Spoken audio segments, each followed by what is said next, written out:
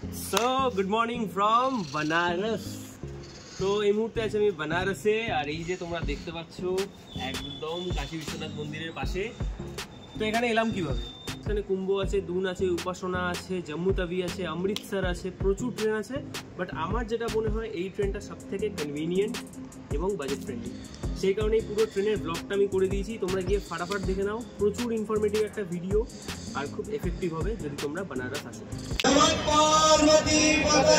হর হর মহাদেব।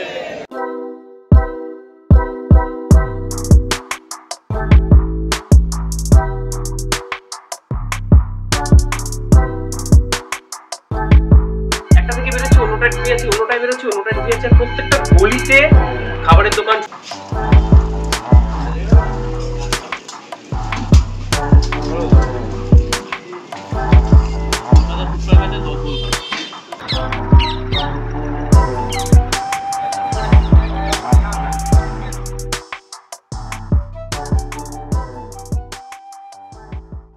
এখন আছি আমি পঞ্চগঙ্গা ঘাটে, অ্যান্ড এই যে পিছনে তোমরা দেখতে পাচ্ছ এক্স্যাক্টলি এটা হলো আলমগীর মসজিদ।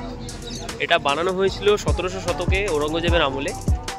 বানারসে স্ট্রিট মোমো তোমরা দেখতে পাচ্ছ, এখানে 6 পিস মোমো দিয়েছে, অ্যান্ড এটার প্রাইস হলো 20 টাকা। 20 টাকায় 6 পিস স্ট্রিট মোমো।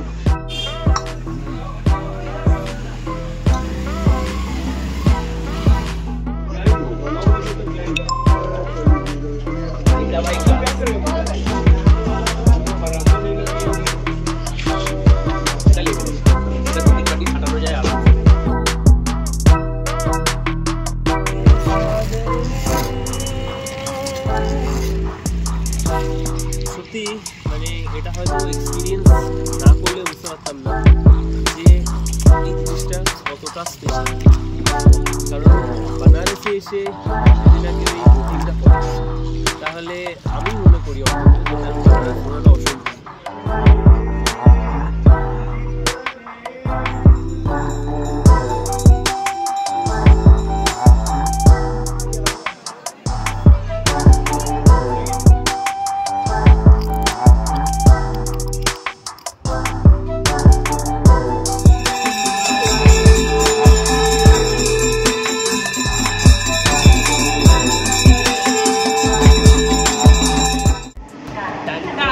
তো এই মুহূর্তে আছে আমি হাওড়া স্টেশনে। দেখতে পাচ্ছ মুম্বাই মেল এসে দাঁড়িয়ে আছে।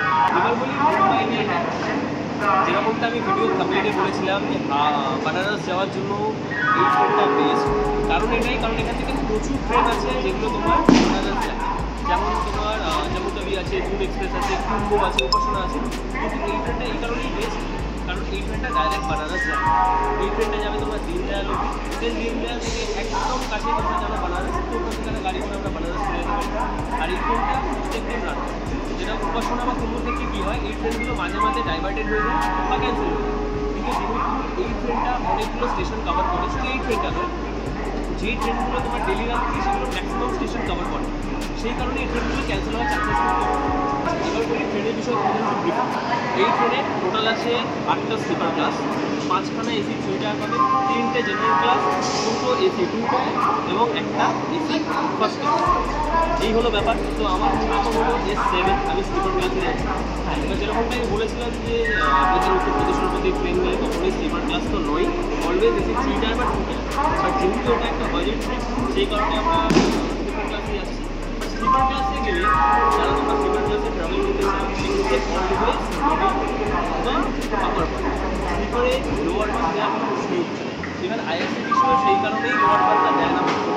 তোমাদের আমি ট্রেনের পুরো দিকটা গিয়ে দেখাবো। আমার মূলত S7 ট্রেনের ভেতরে টয়লেটের ব্যবস্থা কীরকম সেগুলো তোমাদের দেখাবো। প্লাস যেটা মজার বিষয় সেটা হচ্ছে যে ট্রেনটা যখন ভোরবেলায় গিয়ে তখন ট্রেনের অবস্থাটা কী হবে সেটা তোমরা সকালেই দেখতে পাবে। চলো 12321 হাওড়া মুম্বাই মেল। হাওড়া থেকে দীনদয়ালের মাঝখানে কভার করে মাত্র 17খানা স্টেশন।